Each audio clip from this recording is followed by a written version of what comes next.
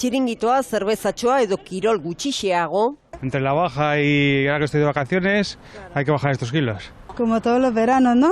Dieta y todo, porque el verano he acumulado 5 kilos por lo menos. Horiek ere, udaren ondorioak. Los de siempre, los coges y los tiras. Empezar a hacer ejercicio y dejar de comer tanto. Hay unos 3 kilitos estaría bien. Por eso vengo de monte ahora. A partir de septiembre, pues más al gimnasio. Batez beste oporraste bakoitzeko kilo bat irabazten dugu adituen esanetan. 4 kilo, hilabete baten edo kilo hilabetean, baina askoz gehiago izan daitezke. Kanpoan bazkaltzeko jateko ohitura daukagu, ordu tarteetan jateko ohitura daukagu, ura beharrean alkohola. Gomendagarriena. Pisua igotzen eta jaisten ibiltzea, pisu mantendu bat izatea, baina txarragoa da. Baina argaltzeko premiarik bada, hori ere neurrian egin behar da eta profesionalen eskutik. 4 kilo hilabeteko tope hori mantentzen dugu, nolabait esateko goi mailako jeitsiera bat bezala. Gimnasioetan somatzen dute oporrosteko igoera.